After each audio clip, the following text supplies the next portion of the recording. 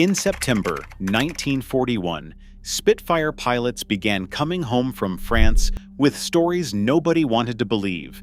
They described a German fighter that rolled away from them like smoke, climbed away from them like they were standing still, and was gone before they could even bring their guns around. British intelligence read the reports and quietly decided the pilots were imagining things.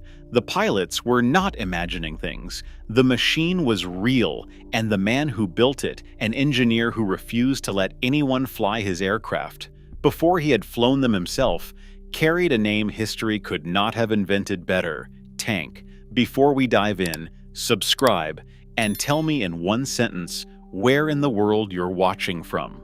I read every single comment. Kurt Tank was never supposed to be famous. He finished his engineering degree in Berlin in 1923, earned his pilot's license a year later, and in November 1931, he walked into the Focke-Wulf company in Bremen to take a job almost no one else in the world held: head of design and head of flight testing, both at the same time. Understand what that means. In every other aircraft company on Earth, the designer stayed on the ground. If the wing was wrong, if the numbers lied, if the machine wanted to bite, it was some other man's family who got the telegram. And in the 1930s, those telegrams came often. Test flying was, quite simply, one of the most dangerous jobs a human being could hold.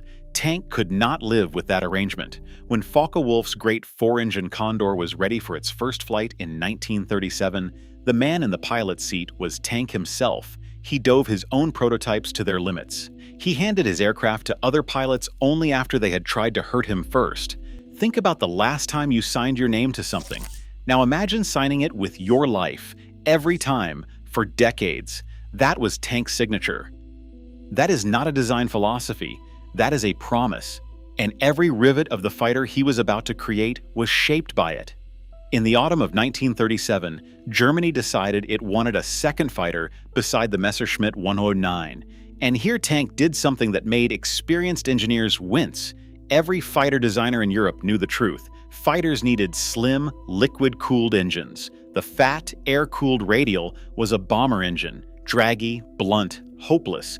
Tank looked at that consensus and asked a different question. Not which engine is faster, but which engine keeps a man alive. A liquid-cooled engine dies from a single splinter in a single line. A radial has no lines to cut. It can lose whole cylinders and still carry its pilot home. Picture the difference from inside the cockpit. One aircraft starts trailing white smoke over enemy territory and gives its pilot minutes to choose how his story ends. The other shudders, roughens, and flies on. Tank had promised to bring pilots back, and he chose the engine that kept that promise. Ugly on the drawing board, beautiful at 4,000 meters with a hole in it. Now the legend says he then fought a heroic battle against a ministry that laughed at him. Years later, Tank himself heard that legend and destroyed it in one sentence. "It might make a good story," he said, "but it is not history." The truth is more human. Every good liquid-cooled engine in Germany was already promised to Messerschmitt. Tank got the leftovers, and he took the leftovers, and he started drawing. Remember that sentence of his. Because a man who refuses even his own legend, that man, you can trust.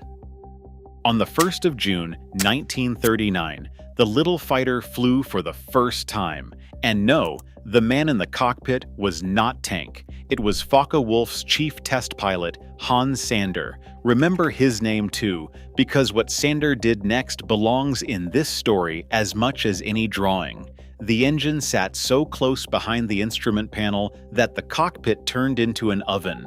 55 degrees Celsius. Sander came down and described it in words no report can improve, like sitting with both feet in the fireplace.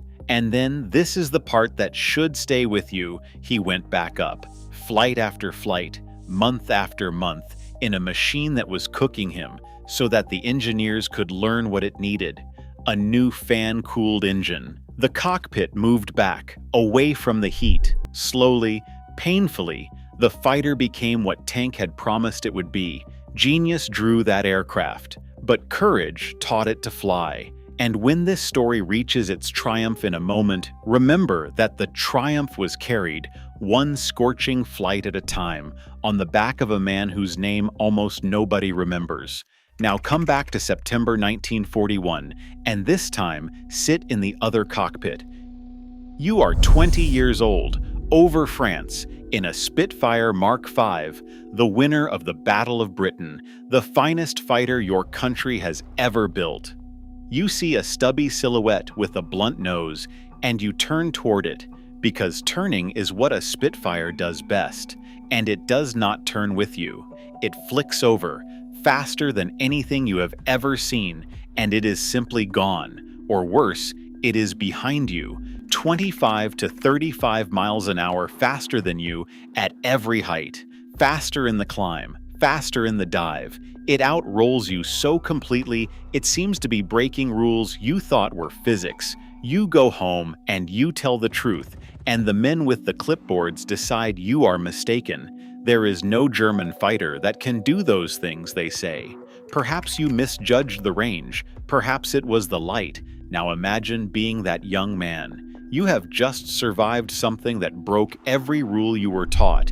You carry it back across the channel with your hands still shaking, and your own side tells you it didn't happen. You fly out again the next week knowing two things. The thing that isn't supposed to exist will be waiting for you, and no one on your side believes in it but you and the men who fly beside you. For 11 months, that was the loneliest feeling in the RAF. In 1942 alone, the two German wings flying this fighter over the channel were credited with bringing down some 300 Allied aircraft, at least 272 of them Spitfires. Then, in June 1942, the Ghost made a mistake. A disoriented German pilot named Armin Faber landed his Focke-Wulf 190, intact, engine still warm, on a British airfield in Wales. After nearly a year of chasing a rumor, Britain could suddenly walk around it, touch it, open it up. British test pilots flew the thing their young men had been describing all along, and the tests confirmed every single impossible report. Every one. Superior in almost every measure except the turn. The fighter history would come to call the Butcher Bird was not a rumor. It was better. 1 month later, the Spitfire Mk 9 arrived, Britain's answer, and the duel finally evened. But for 11 months, the best fighter in the world had worn a black cross, and the boys who said so first had been called liars. Germany built 20,000 of them, and they fought on every front of the war. In 1944, the ministry gave Tank the rarest honor a German engineer could receive. His new designs would no longer say "Vabu," they would say "Ta." Think of what that honor meant. Of all the engineers in the Reich, one man's initials were now stamped into the machines themselves. His masterpiece, the Ta 152, reached the sky when the war was already lost. It changed nothing. It was always going to change nothing. The finest drawing of his life, arriving like a letter delivered to a house that had already burned down. Because here is the weight this story has to carry, and we will not look away from it. The fighter tank built to bring pilots home flew for a regime responsible for the darkest crimes of the century. His promise protected the men in his cockpits and served masters who deserved none of his brilliance. In 1945, it all came down together. The factories, the country, the name.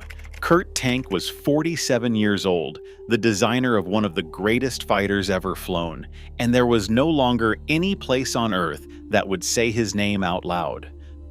But here is the strange, sad truth about men like Tank. Nobody wanted his name. Everybody wanted his hands. Argentina took him first. He arrived under a false identity, Pedro Mathies, and in Cordoba he built Perón a jet fighter, the Pulqui II, grown from the last design he had drawn in the ruins of Germany. Then the contract ended, Perón fell, and the team scattered like leaves. So he went further, India, and in India, something quietly beautiful happened. Tank became director of an engineering institute in Madras, a teacher now, a man in his 60s standing in front of students who had never heard a Spitfire pilot's report in their lives. They didn't see the black crosses. They didn't see the ruins of Bremen. They saw an old European professor who knew, better than almost anyone alive, how to make a drawing fly. One of those students was a soft-spoken young man named Abdul Kalam. That student would go on to build India's rockets, and then he would become President of India, one of the most beloved leaders his country has ever had.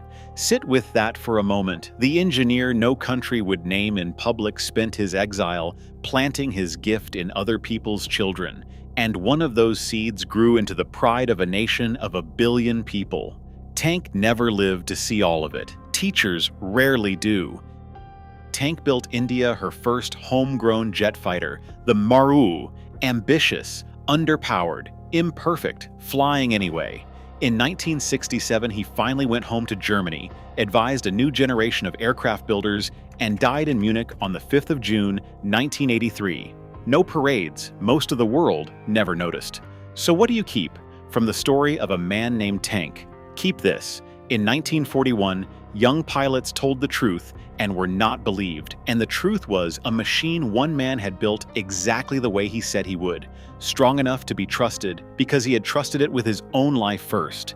He refused to send another human being up in anything he had not flown himself. He refused the easy engine.